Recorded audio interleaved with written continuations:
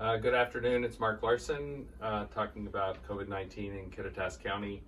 So we had gone 5 days without any cases, and now the last 2 days we've gotten one case each day.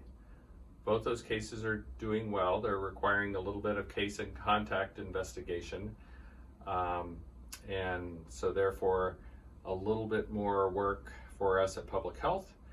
But everything seems to be going fine in regards to our progress towards moving towards phase 3. The earliest day we could apply for phase 3 would be June 17th, and we already have a meeting set we have to meet with the County Board of Health and the Board of County Commissioners. I will have my part done on the 17th, which is the request to move into phase 3, and then we'll have that meeting on the 18th and we'll move forward there. So things are good in regards to that. Let's go with some questions and then I'll talk a little bit at the end. Can you explain the plastic facial shield and can it replace a cloth mask? Okay, so cloth mask protects you from me. So it does protect me a little bit, but mostly this is for protecting you from me. A face shield, and they're hard to put on with glasses. This really protects me from you, but as you can see, I could cough, I could sneeze, that kind of stuff, and that could come out. So this is really for protecting things coming in. You might find that you see some people wearing a face shield that can't wear a mask, but mostly they're different devices for different reasons. So, in guidance about the governor's masking directive, it states, the state rule applies to all business establishments.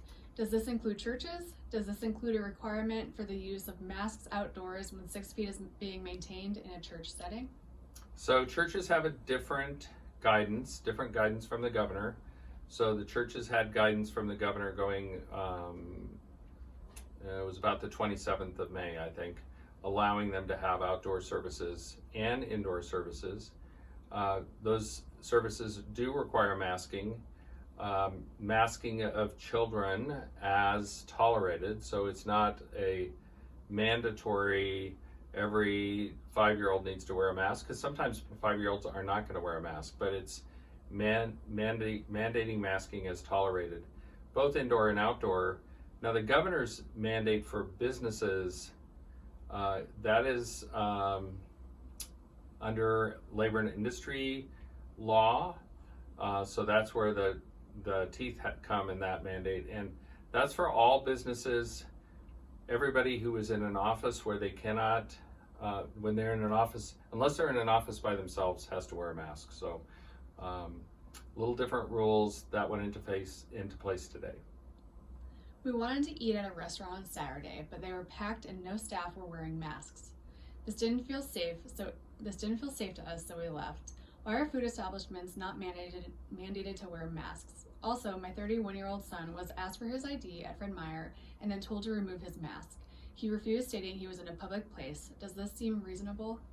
Yeah, so the first part of that, you should walk with your feet if you don't feel safe. So those businesses as of Monday have to be wearing masks, so that's going to take care of that problem. But if you do go into a place and they aren't wearing masks, then you should walk with your feet.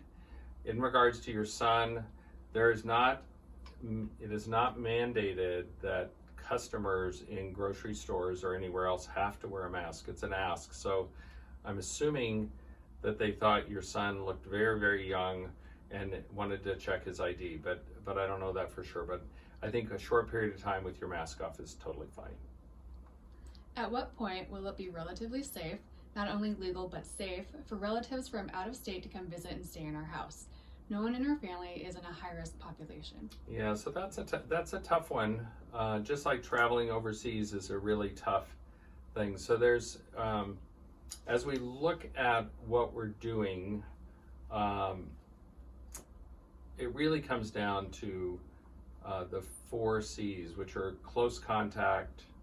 The last C, which is what I'm going to talk about currently, is choices. So Under choices, you have the choice to go to another state to visit a relative, or a relative has a choice to come to see you. It does increase risk. So